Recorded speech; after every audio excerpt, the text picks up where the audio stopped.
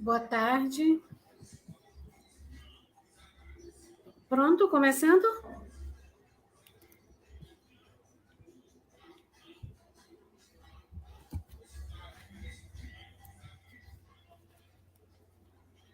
Pode começar?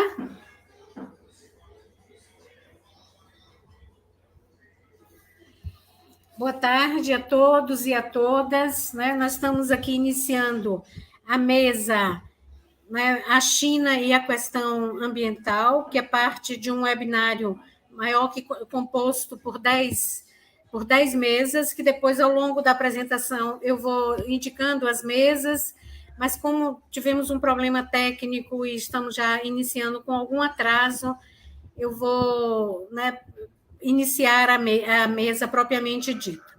Bem, em primeiro lugar, eu queria saudar os colegas, né? O professor Marcos Costa Lima, o professor Maciel Henrique Viana e o professor Alexandre Araújo da Costa, que ainda não está aqui entre nós, mas deve entrar logo, que também teve um problema, né, que ele teve que resolver de última hora, e ele deve estar entrando. Né? Eu queria também, antes de passar a palavra aos colegas, agradecendo já terem aceito o convite, né, para participar dessa mesa, eu queria fazer uma saudação à nossa universidade, que está completando 75 anos. Eu tenho muito orgulho e muito prazer, né, de ser uma pessoa formada na graduação, na pós-graduação, aqui nesta universidade, me formou não só profissionalmente, mas como também como uma cidadã brasileira e atenta para as questões do mundo. Né? Bem, então, a nossa mesa, né, não vou me alongar muito, vai tratar da China e da questão ambiental. Eu acho que é um tema absolutamente candente no momento, não só para a China, mas para todos os países e para toda a humanidade. Né? Então, nós estamos ainda aqui agora com dois colegas, o professor Marcos Costa Lima e o professor Maciel Henrique. Né? O primeiro a falar vai ser o professor Marcos Costa Lima. O professor Marcos Costa Lima é professor da Universidade Federal de Pernambuco, né? Atua no programa de Ciências Políticas, é um pesquisador de longo curso, né, aqui na academia brasileira, tem estudos, né, muito consistentes na área do desenvolvimento e muito antenado, né, vamos dizer assim, com os ares do mundo.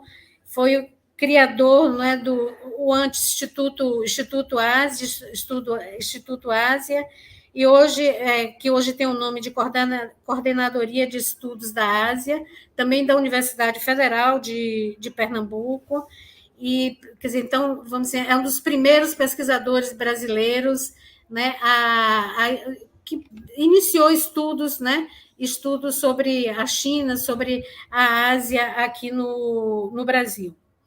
Também fico muito honrada em dizer que, no momento, eu estou fazendo um pós-doc lá no programa de pós-graduação, né, de Ciências Políticas da Universidade Federal de Pernambuco, e o professor Marcos, né, é o que me orienta na pesquisa, que é uma pesquisa sobre as relações sino-asiáticas. Então, sem mais delongas, eu passo a palavra ao professor Marcos, e cada um de nós temos em torno de 20 minutos, né? A gente vai ser, né, bastante rigoroso, né, se se pode dizer assim, no cumprimento do horário, para que haja, né, tempo para o debate com todos que estão aqui assistindo essa mesa. Então, professor Marcos, por favor, a palavra é sua.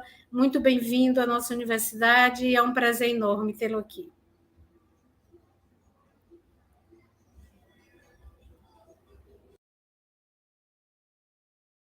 Silenciado. Boa tarde a todos. É uma grata satisfação de estar aqui com vocês, celebrando os 75 anos da UFBA, não é? que é uma universidade fundamental para o Brasil. A Universidade Federal de Pernambuco, da qual eu participo, também está celebrando os seus 75 anos, não é? E num momento muito triste para o Brasil, onde essas universidades, sobretudo públicas, federais públicas, estão sofrendo um boicote, estão sofrendo uma pressão conservadora muito forte. Então, agradecer também aos amigos professores da UFBA e, evidentemente, àqueles que estão aí no suporte dessa reunião. Tá? Então, pelo que eu vejo, já conseguiram botar o meu PowerPoint, não é? Isso é bom. Alô? Estão ouvindo?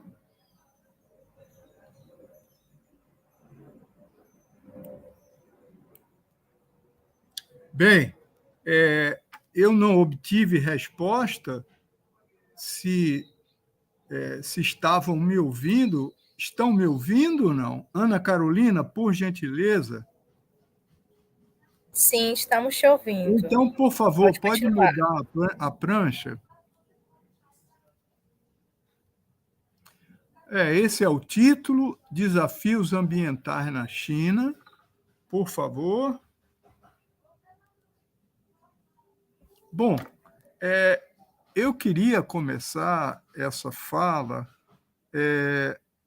alertando, chamando a atenção dos presentes para um dito, digamos assim, do filósofo Han Jonas, que tem coisas muito importantes para nós.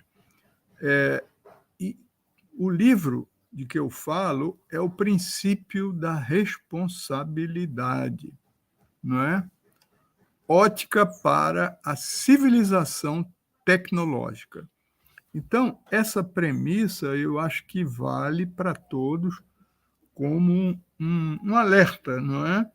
Que nós estamos passando, não é? No momento atual. É um momento muito delicado, não é? E gostaria de dizer que a China também vive esse problema. Mas a China hoje, a meu juízo, transformou-se num problema de ordem mundial, dado que o seu crescimento econômico, dado pela sua ascensão, né, implicou numa produção gigantesca. Né? A China se transforma na fábrica do mundo e, ao fazê-lo, ela incorpora, ela importa, não é? Produtos de toda parte do mundo, inclusive aqueles vinculados mesmo ao carvão, que a China é o principal motor da indústria chinesa, né? Da energia chinesa, mas também o petróleo, o cimento, os minerais, não é? Então, a China tem, e dizendo isso, eu vou então ler a premissa do Han Jonas. A China tem hoje uma população de 1,4 bilhão. Então, nós 7 vezes a população do Brasil, e nós temos que entender que governar uma população dessa é um fato extremamente difícil, não é? E o Partido Comunista, como vocês vão verificar aqui, pela minha fala, tem conseguido superar uma série de dificuldades, porque imagine que num país de 1,4 bilhão, eles têm que gerar, no mínimo, 15 milhões de empregos ano, né? Novos empregos. Né? E isso não é uma tarefa simples, é uma tarefa bastante complicada, não é? E que implica decisões de planejamento, né? Ou de projetamento, como querem outros, bastante, digamos, complexa. Então, só dizer isso antes da premissa, quer dizer, que hoje o que a China fizer no seu enfrentamento dos desafios ambientais não vale só para a China, vale para o mundo como um todo, tá bom? Então vamos lá. A premissa de Jonas: o princípio da humanidade é o primeiro dever do comportamento humano coletivo na era da civilização técnica, que chegou a ser onipotente, de modo negativo. Veja bem, ele fala de uma civilização técnica que chegou a ser onipotente de modo negativo. Diz ele ainda, não está aqui explicitamente incluído o futuro da natureza como condição sine qua non, mas, independentemente disso, o futuro da natureza é de sua responsabilidade metafísica, uma vez que o homem não só se converteu em um perigo para ele mesmo, essa frase é muito expressiva, mas também para toda a biosfera.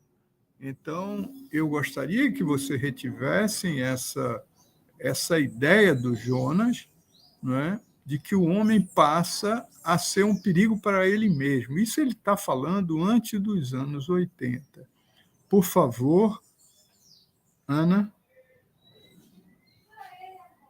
Ana, aí.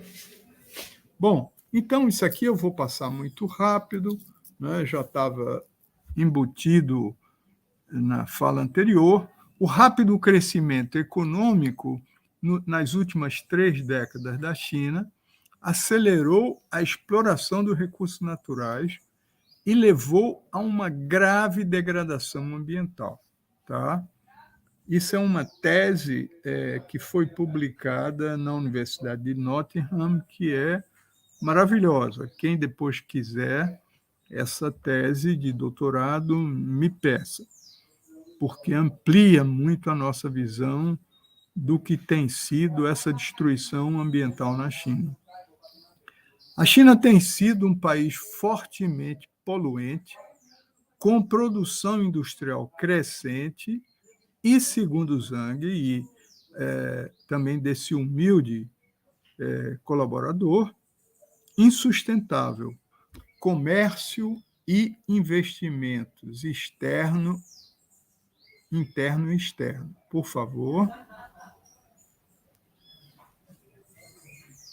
Bom, sobre a poluição do ar, que é uma questão bem genérica, mas é uma questão extremamente importante, eu coloquei esse mapa. Não dá para aumentar um pouquinho, não é?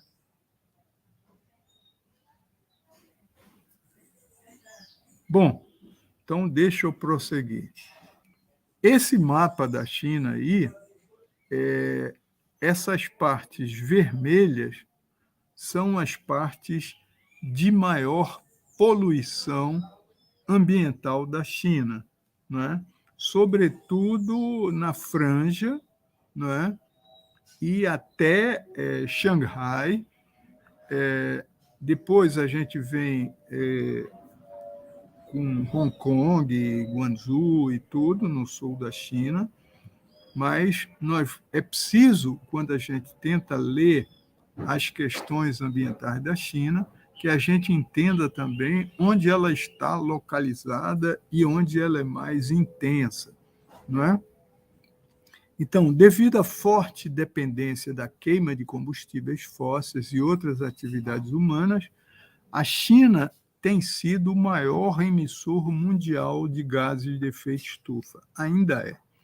A China também é o maior emissor de chuva ácida, dióxido de enxofre, o SO2, e maior consumidor de energia. Vamos lá?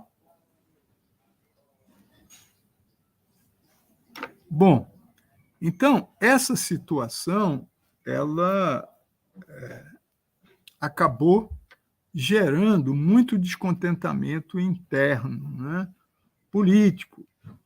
O ministro da Proteção Ambiental, Zhu Zhenjian, publicou um artigo em 2011 dizendo: nos milhares de anos de civilização da China, os conflitos entre humanidade e natureza nunca foram tão sérios quanto são hoje. O esgotamento dos recursos naturais e a deterioração do meio ambiente são sérios gargalos que restringem o desenvolvimento econômico e social. Então, foi muito importante essa declaração de um ministro, né, em 2011, há 10 anos atrás, falando dessa contradição interna, não é? De um conflito que se arrasta e que se amplia, não é? Um gargalo, como ele chama, e que seria necessário para a China mudar essa tendência de desenvolvimento econômico e social. Por gentileza. Bom, esse é o mapa da distribuição populacional da China. Se vocês lembram do último mapa, né, também há uma correlação. Essa parte a oeste, toda verde, né, que sobe ali até a Mongólia, são partes onde o aquecimento global e populacional, necessariamente, eles estão associados. Existe uma linha de demarcação que os chineses têm um nome particular para dar essa linha, que é uma linha imaginária, mas que cobre ali, digamos, um pouco acima de Beijing até aqui embaixo, não é? Que aí isso representa 1/3 do território chinês, não é? Mas, ao mesmo tempo, 90% da população, da distribuição populacional da China, vive nesse espaço restrito. Vamos lá? Então, em 2014, numa esfera também de Estado, não é? O primeiro-ministro Li Keqiang anunciou uma mudança nos rumos do país. E foi uma declaração muito forte. Vamos declarar guerra à poluição, assim como declaramos guerra à pobreza, né?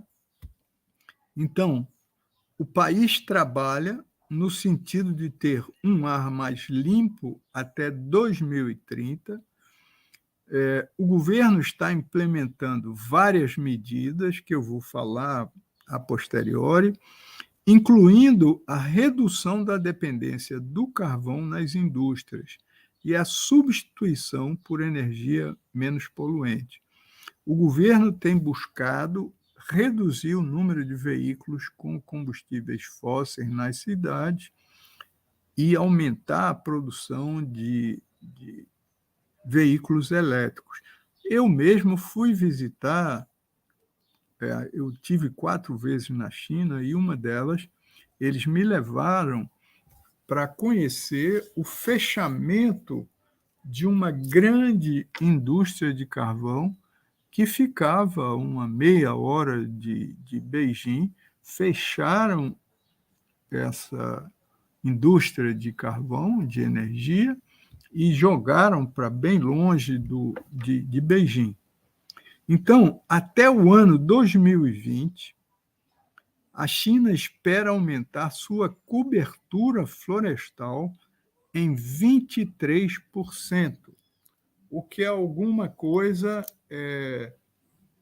muito importante para o país, né? Por vários motivos que eu vou, na medida do possível, relatar para vocês nesse pouco tempo, né?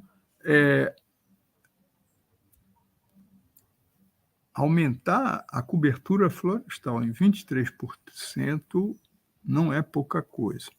No início de 2018, cerca de 60 mil soldados foram incumbidos de plantar 32.400 milhas quadradas de árvore, né? Isso espalhado pelo país, mas, sobretudo, no norte do país, onde é mais seco, é mais destruída a vegetação, né? Inclusive Beijing sofria e ainda sofre de muita areia, né? Causada por essa devastação florestal. Vamos lá. Bom, eu coloquei aqui também um quadro da poluição em 9 maiores cidades da China, em partículas M2 de 2,5%. Isso eu só consegui para 2015. Então, o que é curioso é que a China ela incorpora no seu projeto de desenvolvimento, nessa ascensão avassaladora, o crescimento das cidades. O desenvolvimento urbano foi uma das medidas, mas esse desenvolvimento urbano, sem sombra de dúvida, nos mostrou aquelas cenas de crianças, mulheres, idosos, todos com máscara, sobretudo no inverno, né? E com problemas sérios, né? de pulmão, de câncer de pulmão e tal. Então, veja, esse quadro, eu vou só relatar alguns, eu peguei 9 cidades, mas aqui eu vou mostrar só Xangai, no sul, né? No sudeste, e Beijing. Tá? Então, a população, 22.810.000, e Beijing com 19.222.000. Em 2003, as partículas, né, de 2,5, que são partículas muito pequenas, eles medem também pelas partículas 2,10, elas vejam como elas caíram por conta de políticas já associadas àquela visão do Li Keqiang, do primeiro-ministro chinês. Basicamente, o que eles fizeram foi tirar, havia nessas grandes cidades um subsídio que era dado para as pessoas mais pobres para usarem carvão. E eles acabaram com isso e substituíram por gás. Então, deu uma redução muito expressiva. Vejam só Beijing, de 90% para 58,8% de partícula. E eles calcularam isso também em mais anos de vida que essas populações tiveram. Então, Xangai, mais 2,3 anos de vida, Beijing, mais 3,3, e por aí vai. Vamos seguindo. Professor Marcos, seu tempo falta 1 minuto. Como estão só em 2 apresentadores, vou lhe dar mais 5 minutos. Opa, meu Deus! Para que a gente tenha tempo para passar para o debate. Tá certo, vou procurar acelerar aqui, que eu estava tão tranquilo. Vamos lá. O outro. Alô? Bom, a água, que é outro problema vinculado à questão ambiental na China, escassez de água, né, que possui 1/5 da população mundial, mas apenas 7% de seus recursos hídricos. Mas, além disso, a água per capita é apenas 1/4 da média mundial, né? A distribuição dos recursos hídricos é muito desigual no espaço e no tempo. O sul da China tem mais água, o norte não, então isso complica.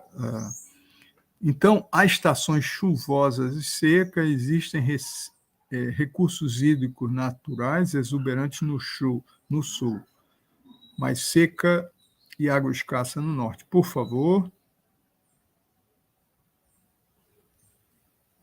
Alô? Isso. Águas do subsolo. Isso é outro problema muito sério, devido à poluição, né? A população começa a extrair água subterrânea para atender às necessidades, sobretudo no norte, e essas águas subterrâneas fornecem metade da água para cidades como Hebei, Pequim, Henan, Shanxi. Então, isso foi um grande problema, porque houve, devido à superextração, isso causou, inclusive, algumas áreas afundaram, né? E a água do mar entrou. Vamos lá. Por favor. Isso. Aqui a questão do estresse hídrico. Vejam, como eu falei a vocês, que o estresse hídrico ele está associado àquela região lá no oeste da China, né, dos Uigur, e está associado também ao norte da China. Beijing, Shanxi, por aí vai, né? O sul é mais tranquilo. Vamos lá. Bom, um quadro geral. A Administração Estadual de Proteção Ambiental, atual Ministério da Proteção Ambiental, informou em 2006 que 5 das 10 cidades mais poluídas do mundo estão na China, com fenômenos como chuvas ácidas, né, em 1/3 do país, né? Metade da água dos 7 maiores rios é completamente inútil, não é? 1/4 dos cidadãos da China sem acesso, vejam, 1/4 sem acesso à água potável e 1/3 da população urbana respirando ar poluído, não é? Bom, vamos adiante. Então, são problemas de grande envergadura.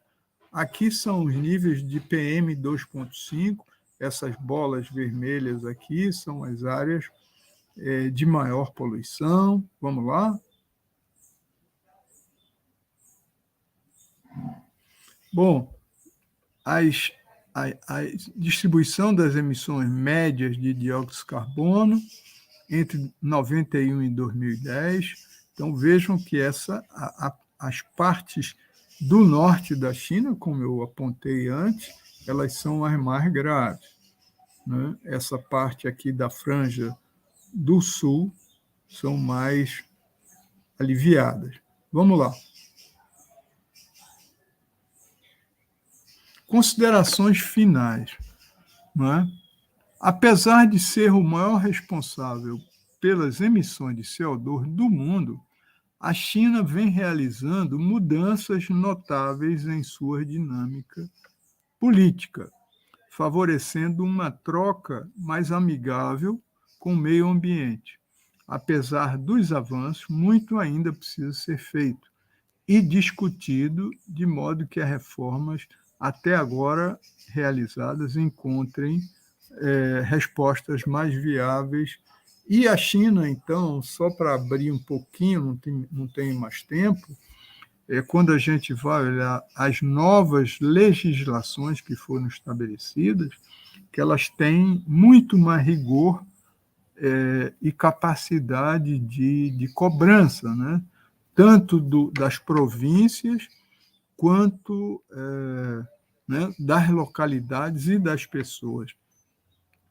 A questão ambiental é simultaneamente uma problemática global e local, falei isso no início, para tanto os esforços devem ser conjuntos. É válido ressaltar, no entanto, o quadro de melhora em diversos setores, incluindo o aprimoramento da qualidade do ar, ainda que necessite de ajustes e maior enforcement. Posicionamento chinês certamente tem mudado e espera-se que em direção à construção de uma civilização ecológica. Xi Jinping vem desde 2013 falado de uma civilização ecológica. E nós acreditamos, os chineses são muito determinados, que isso, de fato, tenha prosseguimento, porque seria muito positivo, não apenas para a China, mas para o mundo como um todo. Por favor. Obrigado, então.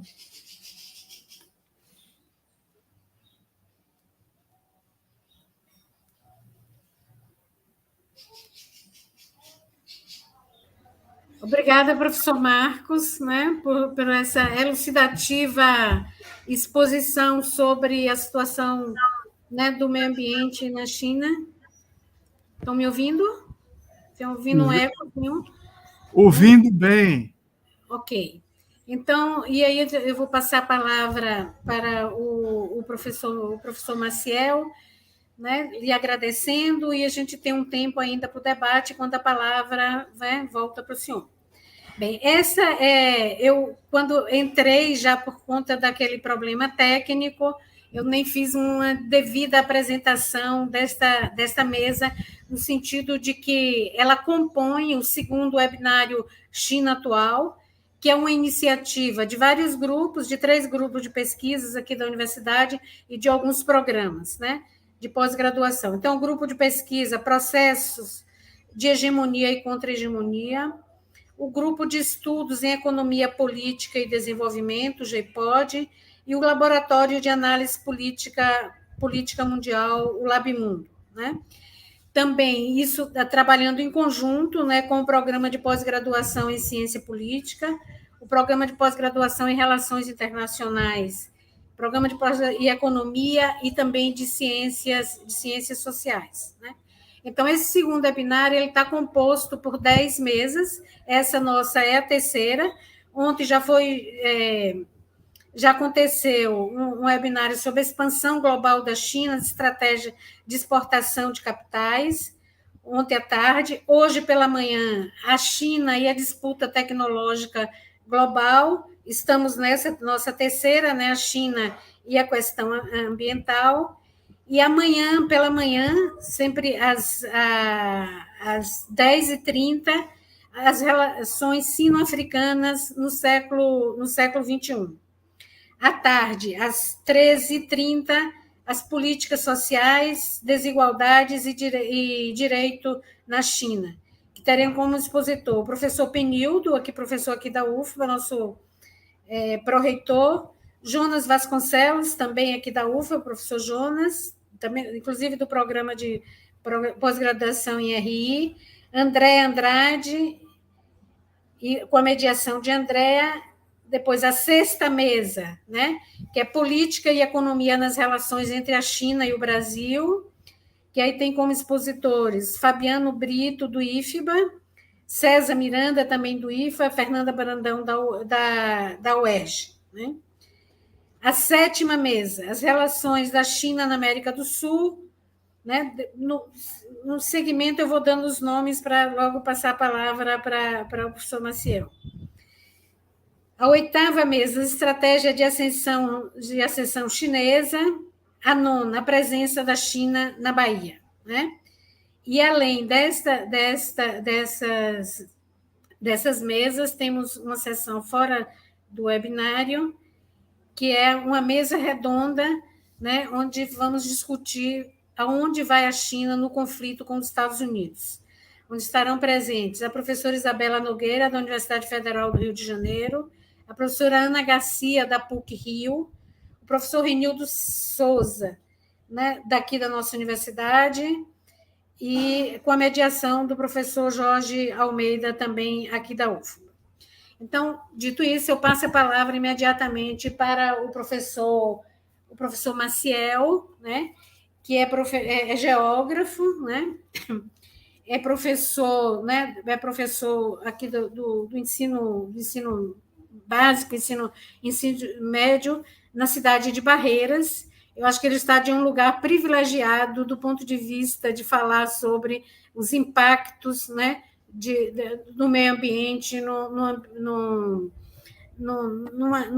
espaço onde a agricultura, o agronegócio tem prosperado de uma maneira, né, muito fabulosa do ponto de vista da produção, da produtividade, mas deixando também rastros muito,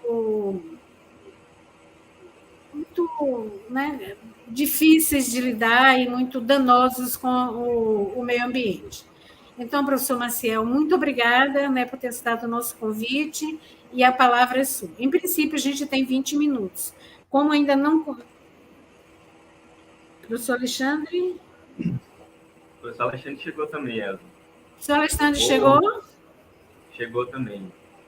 Chegou, então, me desculpe, você vai ter 20 minutos, Maciel. Um pouco, eu vou enxugar, né? A minha fala, tentar resumir. Porque aí depois eu passo para o professor Alexandre. Pronto, a palavra é sua. Obrigado, Elza. Bom, boa tarde a todas e a todos. Né? Obrigado, Elza. Obrigado também, professor Jorge Almeida, pelo convite.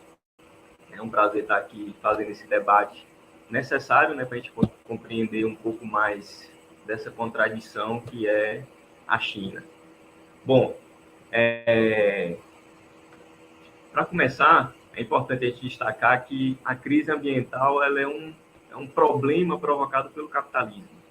Certo? Então, se a China hoje está, como o professor Marcos Lima bem colocou, né, é um dos maiores emissores de gases de efeito estufa no mundo hoje, então isso sinaliza que a China, né, vem caminhando de maneira acelerada dentro dessa lógica capitalista, né, impactando o seu próprio ambiente e também contribuindo para a degradação ambiental no mundo. Após a Segunda Guerra Mundial, a gente tem um processo de crise do próprio capitalismo, né, em que, na verdade, a crise do capitalismo produtivo, né, do capitalismo industrial, e uma expansão dessa indústria para os países subdesenvolvidos, né, a partir da Segunda Guerra Mundial, sobretudo das indústrias pesadas. Então, a América Latina, a Ásia, por exemplo, vão receber essas indústrias e vão contribuir para o processo de degradação ambiental também. É importante destacar que a América Latina ela vai aderir a um modelo de industrialização por substituição das importações, de certa forma nacionalizando a nossa produção industrial, e a Ásia vai para esse modelo de plataforma de exportação, que é justamente o espaço em que o capitalismo achou para poder reduzir o custo de sua produção, fazendo com que a Ásia seja hoje, sobretudo a China, né, o canteiro da indústria mundial, né?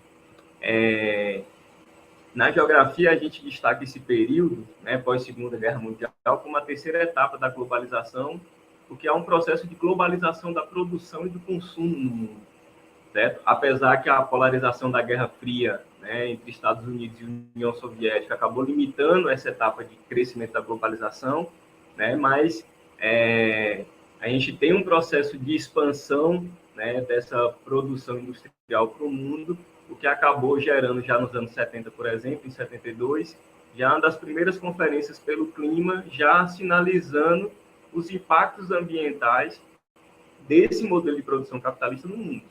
Certo? A China, a partir de 49, 50, fazendo sua revolução, ela, de uma certa forma, faz com que os Estados Unidos avancem com a ofensiva na Ásia, a exemplo do Plano Colombo, né, gerando crescimento econômico no Japão, Coreia do Sul, Taiwan, Hong Kong, mas a China, que faz uma revolução socialista, né, promove uma reforma agrária radical, entra no processo de mecanização do campo para combate à fome, ela também vai avançando para o modelo de crescimento industrial.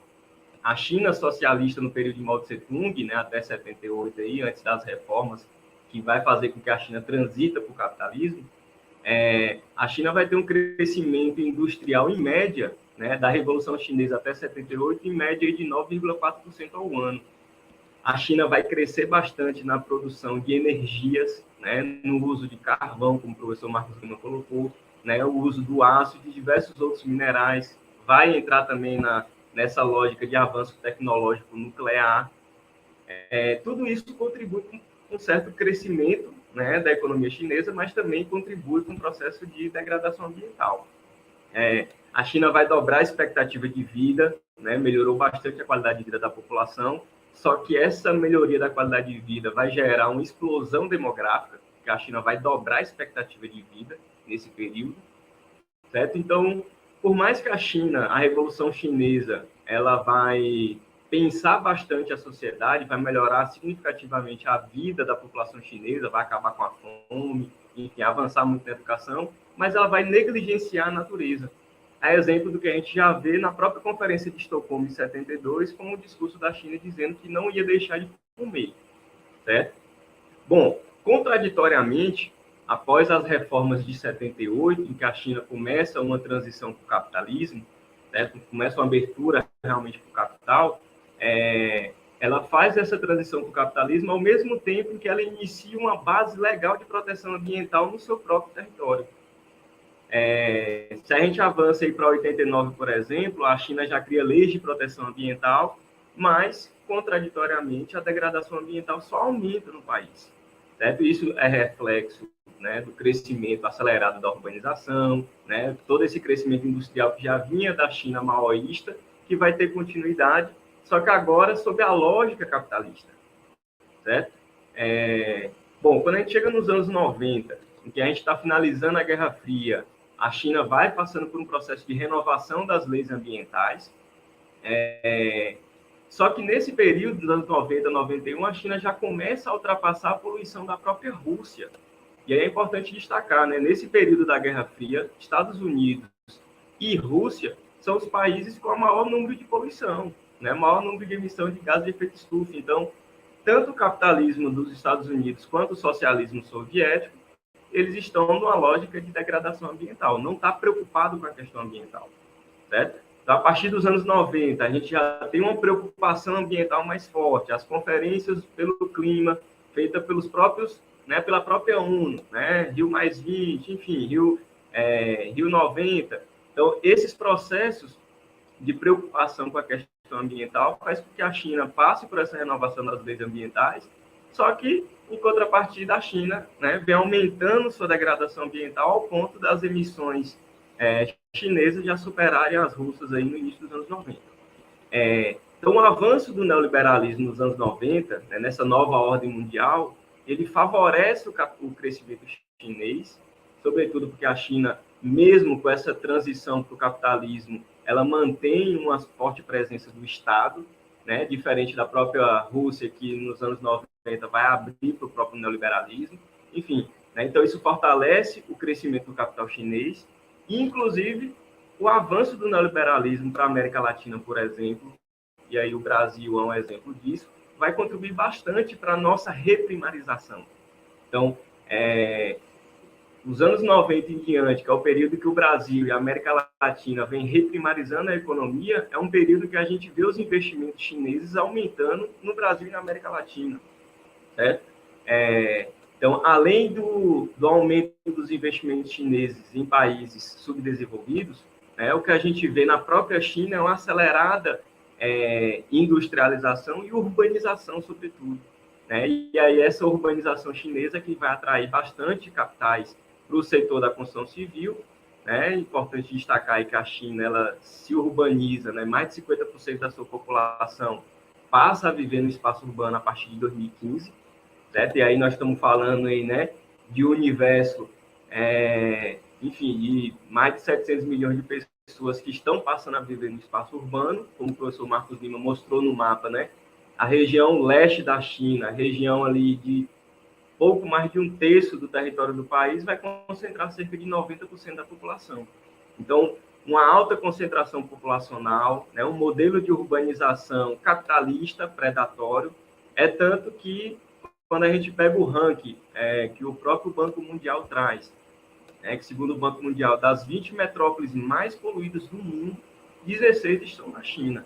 E aí o professor Marcos Lima trouxe dados importantíssimos que só confirmam isso, né? Poluição do ar, poluição da água, né? São elementos, enfim, de destaque na China, né? Quando a gente vê imagens de Xangai, enfim, o que a gente vê é poluição e que a gente não consegue nem enxergar o céu.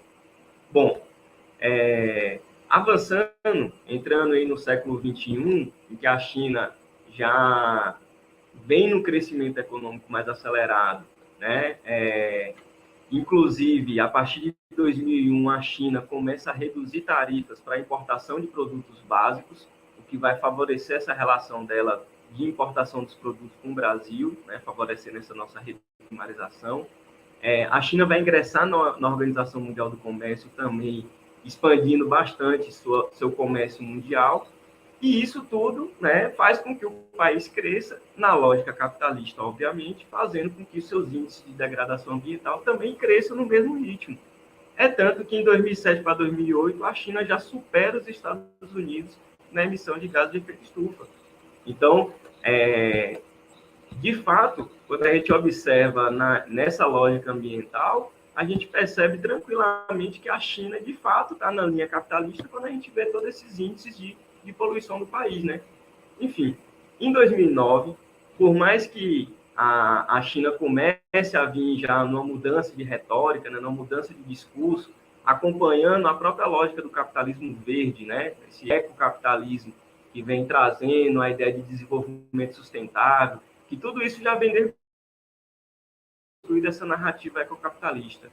Em 2009, na Conferência de Copenhague, a China já concorda em limitar as emissões, porque, obviamente, ela já é a maior emissora do mundo. Então, se ela não sinalizar que tem que limitar, como é que os outros vão sinalizar? Né? Então, se a maior poluidora do mundo não sinalizar isso, dificilmente a gente teria alguma alteração no mundo. Né? Então, concordo com o professor Marcos Lima quando ele traz essa ideia de que uma mudança do comportamento nesse sentido da China é favorável para o mundo, mas, infelizmente, a China vem sinalizando, né, uma mudança no seu comportamento, mas dentro da lógica ecocapitalista. Bom, só para a gente ter uma ideia, de 2009 para 2019, por mais que o discurso já venha em 2009 de concordar com a limitação da emissão de gases de efeito estufa, de 2009 para 2019, os Estados Unidos e a União Europeia, mesmo timidamente, reduziram as emissões de gases de efeito estufa, enquanto que a China, no mesmo período, aumentou significativamente suas emissões. Certo? Então, isso mostra que, inclusive nessa lógica atual, né, que a gente percebe um retorno da Guerra Fria, só que agora não mais China e União Soviética, ou Estados Unidos e União Soviética, e sim China com os Estados Unidos, certo? A gente vê que a questão ambiental, ela torna também, de uma certa forma, um calcanhar de Aquiles do crescimento chinês. Então, a China tem, de fato, que fazer mudanças mais estruturais para mitigar os impactos ambientais, mas, enquanto a lógica de produção chinesa continuar sendo a lógica de produção capitalista, infelizmente, essas mudanças que estão sendo propostas vão ser muito limitadas. Certo? O discurso atual da China é de neutralizar o carbono até 2060, certo? São expectativas positivas, porém, a gente não pode limitar o debate ecológico hoje no mundo apenas ao carbono, certo? Enfim, colocar a culpa toda no carbono, enquanto que o debate da natureza tem que ser muito mais complexo. Mas, enfim, para não alongar muito, né, é importante destacar aqui, no ponto de vista atual, que a China ela tem 3 demandas significativas, 3 setores de crescimento significativo que estão gerando demandas, né, e que são extremamente melindrosas para o crescimento chinês, né? Esses três setores são energia, agropecuária e mineração, certo? Com a demanda de energia chinesa e essa demanda agrícola, né, pelo próprio crescimento populacional, e essa demanda pela mineração, pelo próprio crescimento industrial chinês, isso já mostra que daqui para frente a própria China vai continuar na lógica que ela vem cada vez mais crescendo, que é essa lógica da China ser um novo imperialista, certo? A China vem, de fato, exercendo um caráter imperialista sobre o mundo, sobretudo sobre a América Latina e a África e a própria Ásia, certo? Porque essas demandas de energia, agropecuária e mineração vão fazer com que a China continue financiando esses setores, né, de energia, de agropecuária e mineração. Então, isso mostra, do meu ponto de vista, que a China vai ter, obviamente, uma certa mudança no seu comportamento produtivo, com uma certa preocupação ambiental, porém, dentro dos limites do capitalismo verde. Por exemplo, no setor energético, a gente já vê a China reduzindo o uso de carvão mineral. Em 2003, o uso era cerca de 70% da produção de energia, mas já em 2019 cai para 57,7%. Mas o carvão está sendo substituído pelo quê? Pelo gás natural, pela energia nuclear, pelas hidrelétricas, que por mais seja renovável, tem que fazer um debate mais aprofundado a respeito disso, os impactos que as hidrelétricas, por exemplo, aqui no Brasil, vem provocando, não dá para colocar como energia limpa nesse sentido, certo? Além dos investimentos das energias eólicas e solares, mas dentro da lógica capitalista, monopolista, certo? Quando a gente vai para a agropecuária, a gente vê, por exemplo, um forte crescimento das importações chinesas de gado e de soja, sobretudo oriundos aqui do Brasil. E a maior parte da soja e da carne exportada do Brasil para a China, ela vem, sobretudo, da região amazônica e do Cerrado.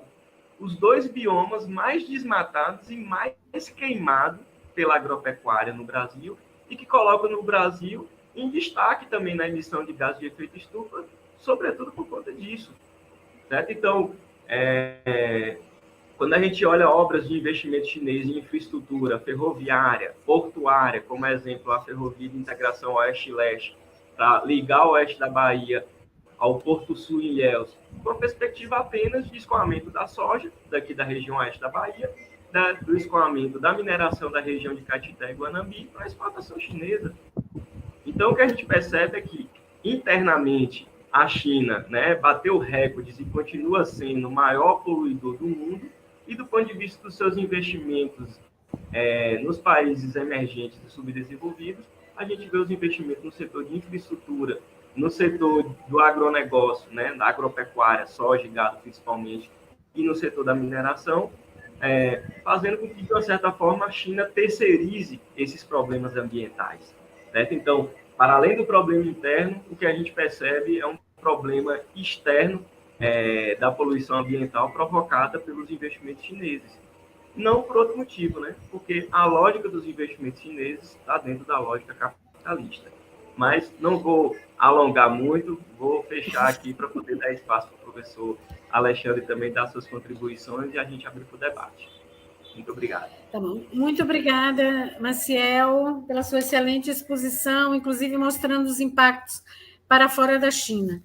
Pelo adiantado da hora, eu vou passar imediatamente a palavra ao professor Alexandre Araújo Costa, que é professor titular da Universidade do Estado do Ceará, é doutor em Ciências Atmosféricas pela Colorado State University e pós-doutorado na IEA University.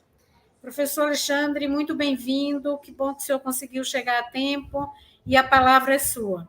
Nós estamos com o tempo muito já estourando, temos até as 3 horas, a comissão técnica aí nos deu mais 5 minutos, mas a gente vai pedir que o senhor fique exatamente nos 20 minutos, para que pelo menos a gente possa ainda falar um pouco com a nossa assistência.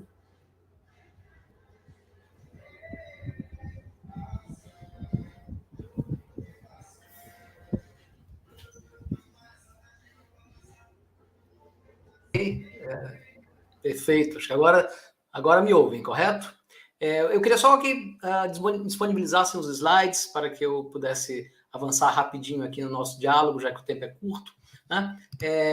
Eu queria falar especificamente da questão climática. Eu gostei muito. Eu, infelizmente, não peguei a fala do primeiro conferencista, né? Eu pude, pelo menos agora, acompanhar, né, a fala do colega que me precedeu, que introduziu várias questões muito importantes, né? Concordo, inclusive, em gênero, número e grau com uma das últimas afirmações de que o colapso ecológico não se resume à crise climática, mas é preciso a gente entender que crise climática e crise de biodiversidade são os dois grandes pilares, né? E, nesse sentido, o conjunto de outros aspectos, o uso da terra, o uso da água, etc., estão completamente imbricados, né? Eles não estão desconectados um do outro, e é por isso que toda e qualquer lógica de pensar em resolver, em superar o colapso climático e ecológico, a partir da lógica de eterno crescimento econômico, a partir da lógica de ocupação de territórios, numa perspectiva de capitalismo verde, né? Como, por exemplo, imaginássemos que multiplicando, né, a presença de aerogeradores e painéis solares por territórios subalternizados, como África e América Latina, nós estaríamos, e depois exportando, né, enviando a energia ali acumulada na forma de hidrogênio, nós estivéssemos garantindo que a Europa e Estados Unidos se tornassem, entre aspas, verdes. E, importante dizer, e eu quero já adiantar que essa talvez seja uma das minhas principais conclusões, o que a China faz não é nada mais do que querer pegar o mesmo bonde, né? Não há, em essência, nada de diferente do que a China faz em relação ao que o velho imperialismo faz, tanto no contexto de devastação ecológica, desestabilização do clima, como agora, né, numa lógica de neocolonização climática. Tá? Bom, vamos aqui então, muito rapidamente, né, se a gente tivesse mais tempo a gente poderia aprofundar, mas eu quero falar disso, a nossa espécie tem uma relação muito íntima com o ciclo do carbono terrestre. Para vocês terem uma ideia, indícios científicos foram revelados de que nós temos um impacto climático desde o próprio advento da agricultura e dos assentamentos permanentes humanos.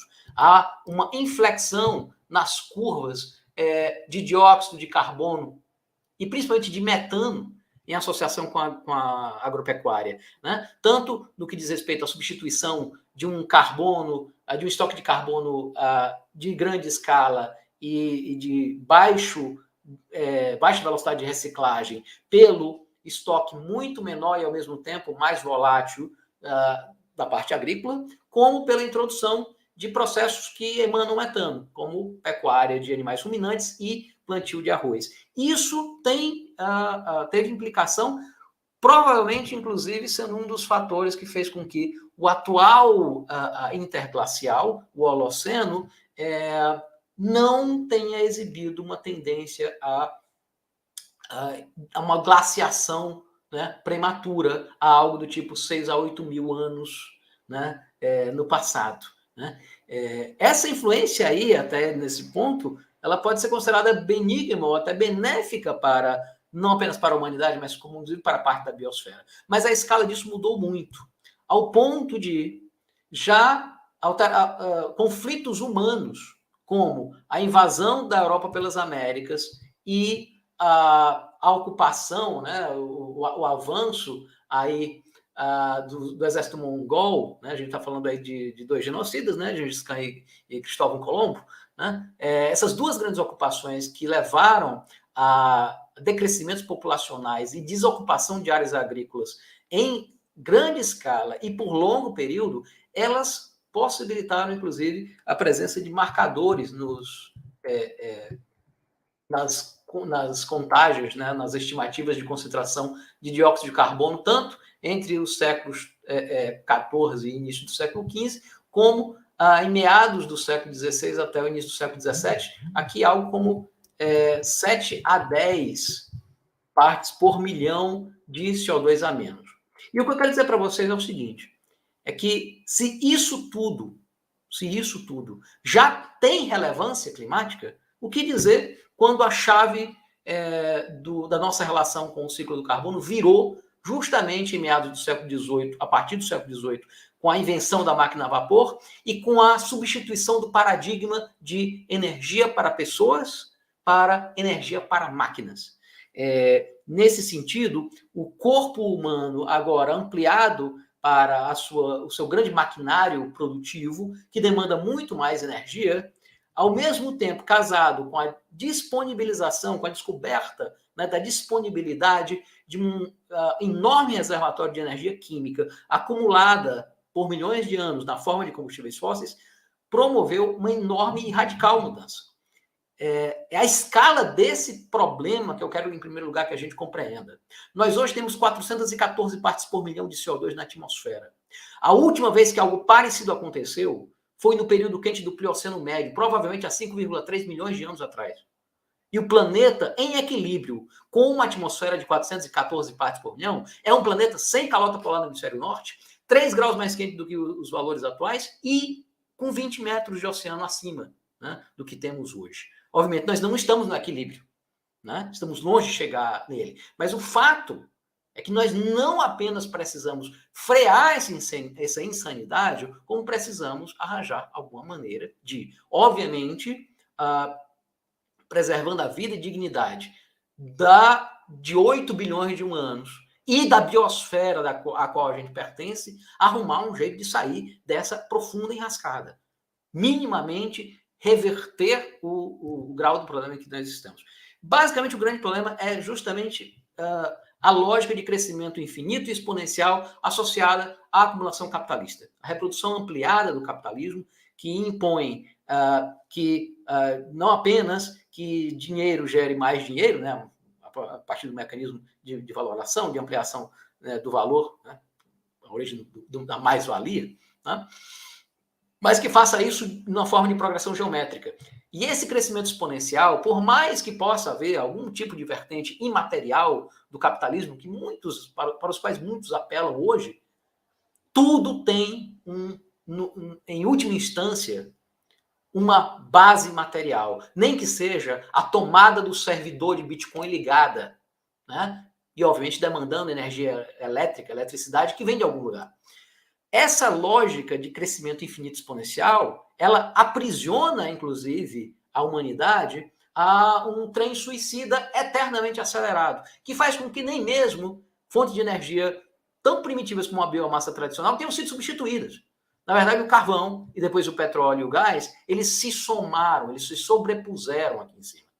E, na boa, o carvão, ele basicamente não saiu quase do lugar, né? O que a gente percebe, inclusive, é que o carvão tenta, né, continuar a sua atividade, talvez diminuindo o seu ritmo na China e indo para a Índia, né, que foi, inclusive, parceira da China, vejam só, no bloqueio da frase que previa a eliminação gradual do carvão da matriz energética global, o que foi, talvez, o ápice do fiasco da COP26 em Glasgow. Né?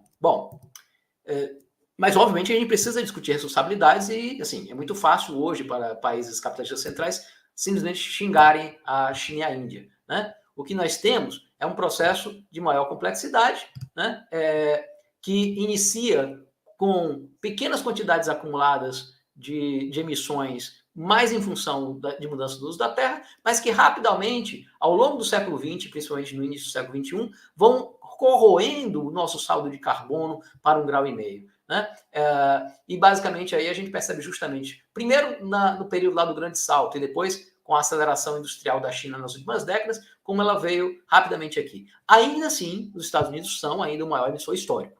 Isso é importante que se diga desde sempre. Sozinhos, os Estados Unidos emitiram 500 bilhão de toneladas, né, de carbono. O grande problema aqui é o seguinte, né, é que ao identificar isso, nós não podemos desejar que a China chegue, né, nesse nível. Se a China chegar, né, ao patamar que os Estados Unidos sozinho atingiram como emissor global, nós já teremos, só com isso, eliminado metade do saldo de carbono para 1,5 graus. Né? Então, é simplesmente impensável que a China continue nesse ritmo insano de aceleração de suas emissões, né? E, de novo, né, não tem sequer desculpa de que é algo exportado, porque se a gente associar todos os produtos exportados pela China ao carbono e colocarmos o peso das emissões não em quem produziu, mas em quem consumiu, ainda assim, o fluxo anual de 500 bilhão de toneladas de CO2 por parte da China para outros países, principalmente Europa e Estados Unidos, ainda assim só tira uma fração modesta das suas emissões. 6% apenas das emissões chinesas são de fato exportadas. Assim como, 13% das emissões chinesas são exportadas. Assim como somente 6% das emissões estadunidenses são importadas. Não há mudança substancial no ranking e nem na escala do processo. Então, é importante que a gente afirme muito nitidamente isso, né? Não é apenas como engrenagem de um sistema global que a China se tornou um grande do Sul. Né? Isso trata-se de um projeto, né? E um projeto que, do ponto de vista climático e ecológico, é completamente sustentável, de desenvolvimento interno, né? De aumento dos padrões de consumo interno, etc. Ainda assim, e aí veja que, obviamente, a gente vai estar sempre ponderando em torno desses dois aspectos, é óbvio que são os habitantes da América do Norte que têm o maior ônus per capita. A gente está falando aqui de uma região que tem 5% da população global e 18% das emissões históricas. A gente está falando aí de Estados Unidos e Canadá, né? A Ásia está aqui. O problema da Ásia realmente assim, é a escala, né? Nós só temos chance de escapar dessa vírus se a Ásia não ocupar o lugar da Europa e dos Estados Unidos em termos do peso de suas emissões. Vejam que na própria Ásia ainda existe um grau de desigualdade absurdo, né? Nós temos enormes populações que têm muito pouco impacto sobre as emissões globais e ainda assim, né, e aí impulsionados principalmente pela China, mas também obviamente por Japão e outros países desenvolvidos, nós temos hoje 60% da população na Ásia e 49% das emissões. Então, o continente está muito próximo da sua cota de carbono global, né? E quando a gente pressiona tanto os mais ricos, aqui está inclusive a América Latina, né? Quando a gente pressiona principalmente tanto os mais ricos para eles reduzirem a sua pegada de emissões, nós não podemos pensar que isso aqui possa subir, não, né? Principalmente porque isso aqui, subir, significa a morte disso aqui. Não existe nenhum continente mais vulnerável, mais exposto à crise climática do que a África. E aí sim, é um continente onde você tem 16% da população global e 4% das emissões. Só tem um continente que emite menos que a África, que é a Antártica. Então, esse empoderamento chinês em nome ser aceito ou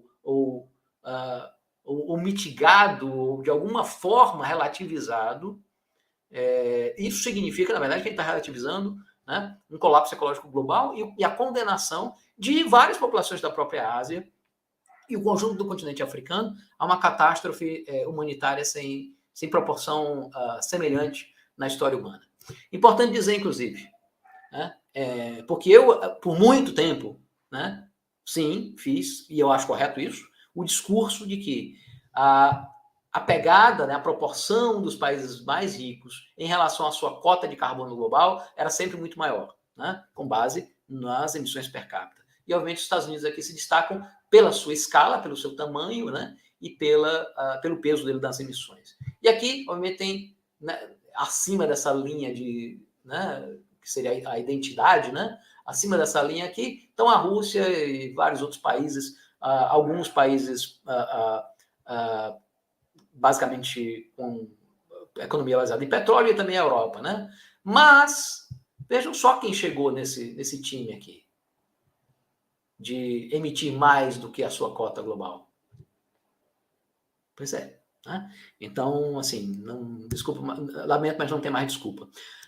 Não vou poder entrar nesses detalhes aqui, mas existe algo chamado dívida climática, né, que calcula, inclusive, o quanto os países estão devendo aos outros. Alguns países são credores. Eu estou falando aí de República Centro-Africana, eu estou falando aí de Malawi, eu estou falando de Moçambique, eu estou falando, né, de Bangladesh, eu estou falando do Haiti, vários países são credores de uma dívida climática produzida, primeiro, pelos países capitalistas centrais.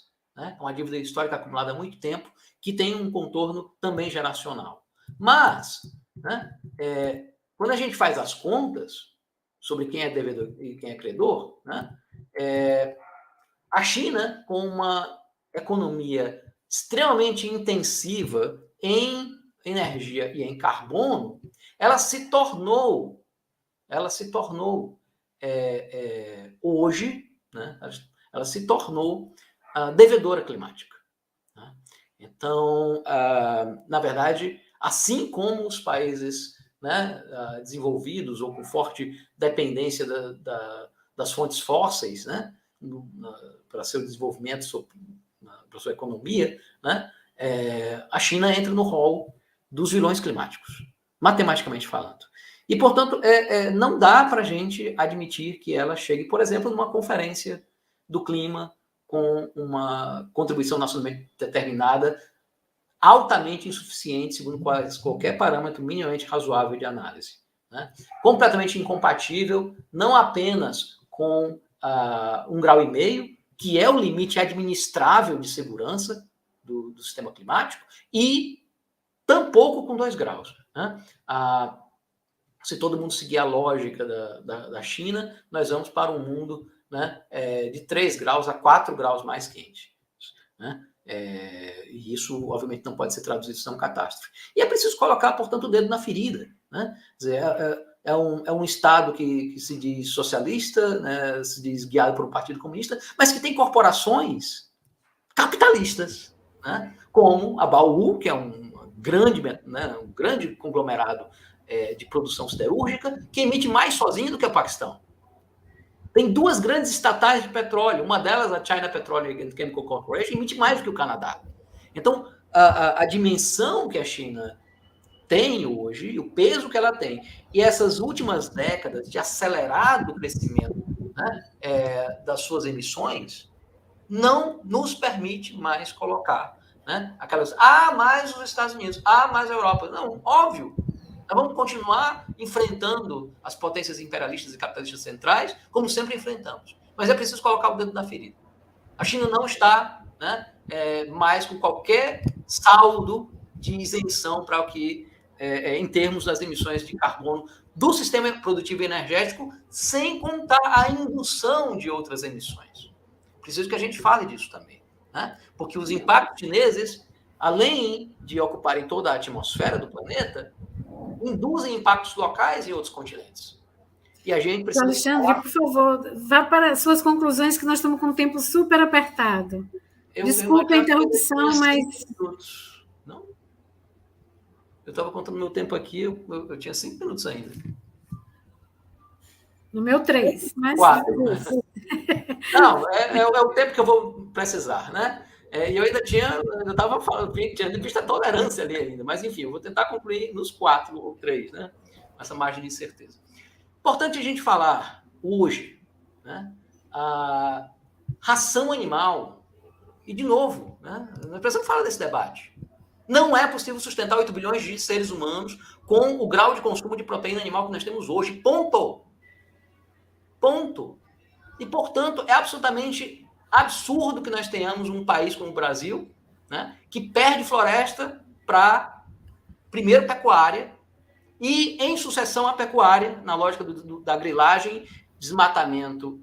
Primeiro são as madeireiras, na verdade, né, que pegam a madeira nobre, depois o gado para ocupar, e, por fim, a soja. Quando o grosso da soja, 70% da soja brasileira, vai para alimentar porco. Né? A grande questão é a seguinte: a China quer pegar o bonde dos mais ricos e não tem espaço, não tem mundo para todo mundo com o padrão dos europeus e dos estadunidenses. Não tem. Nós precisamos tirar as ilusões, não apenas da grande burguesia, dos CEOs das grandes corporações dos países capitalistas centrais, mas inclusive de uma classe trabalhadora com consciência sequestrada desses países que nós precisamos ter mundo para todo mundo e que é preciso baixar a bola. E não podemos, portanto, não tem espaço, né, para que alguém queira uma rota de desenvolvimento que mimetize toda essa trajetória de desastre. Né? Outra coisa, né? A gente falou aí da soja do Brasil como parte da correia de transmissão do desmatamento do Brasil. Nós temos que falar também do óleo de dendê, do óleo de palma, que é o principal fator de desmatamento da Indonésia. Nós estamos perdendo as duas das três grandes florestas tropicais do planeta por conta desses processos. E olha quem importa. Para produzir um monte de produto, né, de higiene, etc., não apenas para si mesmo, mas para todo mundo, inclusive. Ou seja, é preciso que a gente entenda, né, que a China, o papel que ela cumpre, o papel deletério ecológico que ela cumpre, como engrenagem desse grande sistema. Bom, até porque o futuro que está posto, nessa rota que está aí, com as NDCs que estão aí, inclusive as insuficientes dos Estados Unidos e as muito insuficientes da China, basicamente é um futuro de extremos climáticos nunca antes visto. Estou querendo falar aqui justamente do fato de que quem nasceu agora, ano passado, vai viver entre 5 e 6 vezes mais eventos extremos, do tipo ondas de calor, incêndios florestais, quebras de safra, secas severas, enchentes e tempestades tropicais, do tipo furacões, do que quem nasceu em 1960. Esse ônus colocado sobre as futuras gerações é inaceitável. E ele se soma ao quadripé que o capitalismo já havia colocado de desigualdade profundamente arraigado à crise climática, entre opressão nacional, opressão de classe, opressão de gênero e opressão étnico-racial. Ele coloca aí um novo elemento, que é o de geração. E eu concluo citando alguém que talvez seja quem melhor represente, do ponto de vista desse conjunto de opressões, a insustentabilidade dessa engrenagem sistêmica a qual a China pertence, né? Que é uma ativista jovem de Uganda, chamada Vanessa Nakate, né? A parceira da Greta Thunberg, inclusive, no movimento da juventude pelo clima, que muitas vezes é acusado, eu diria que, se isso fez algum sentido no início, hoje não faz mais nenhum, de ser um movimento do norte global. Pelo contrário, um movimento que cada vez mais fala de descolonização e da vozes, né? Tem as vozes do sul global com um forte protagonismo. A fala dela é basicamente a seguinte, que reduzir e mitigar não é suficiente, pois não se pode se adaptar a culturas perdidas, tradições perdidas, história perdida. Não é possível se adaptar à fome, não é possível se adaptar à extinção. E é por isso que o conjunto dessa máquina insana de extração, produção, consumo e descarte, que, dentro do contexto atual, né, tem a China como uma das suas grandes alavancas, das suas grandes engrenagens e, portanto, das suas grandes chaminés, essa máquina insana precisa ser parada. Nós precisamos definitivamente entender que não pode existir socialismo sem terra arrasada e que hoje a revolução está muito mais para puxar o freio de emergência do que para um abstrato, entre aspas, desenvolvimento de forças produtivas. Eu encerro por aqui, portanto. Obrigada, professor. Bem, estamos assim no tempo regulamentar, mas o pessoal da técnica nos deu 5 minutos, né? Então, temos 5 minutos para encerrar. Não tem nenhuma pergunta diretamente no chat. Tem muitas felicitações e parabenizando os expositores pela qualidade das intervenções e algumas pessoas colocando, vamos dizer, pontos de vista, né? Mostrando da grande responsabilidade que a China tem com o seu modelo, né, da sua alta demanda e como isso, vamos dizer assim, contribui para o desmatamento do cerrado, o desgaste ambiental no Brasil.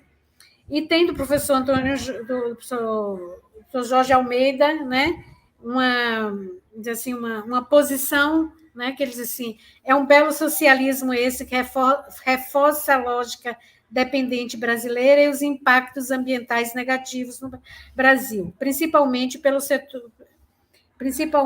setor agropecuário. Eu só acrescentaria que também era bom olhar as responsabilidades nossas, internas, dos nossos governos, né? Bem, como não tem um debate, eu voltaria a palavra para que os membros da mesa, né, que desejarem, fazer alguma consideração muito rápida e também as suas considerações finais. Então, a gente pode seguir a ordem. O professor Marcos Costa Lima, em seguida Maciel e o professor Alexandre no final.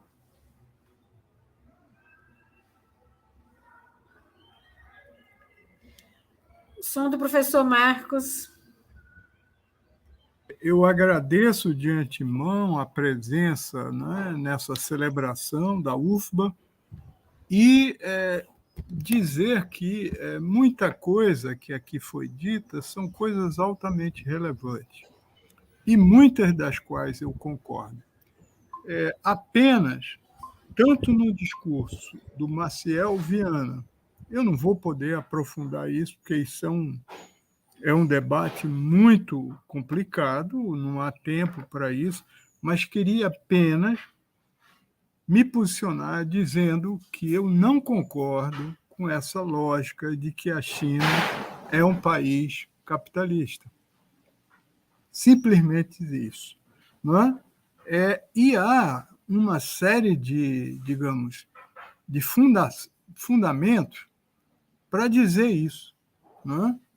A China, em primeiro lugar, ela vai tirar da pobreza, coisa que país capitalista nenhum fez no mundo, vai tirar, não é, mais de 500 milhões, isso eu estou sendo, não é, econômico, porque isso é dado do Banco Mundial, mais de 500 milhões de pessoas da pobreza.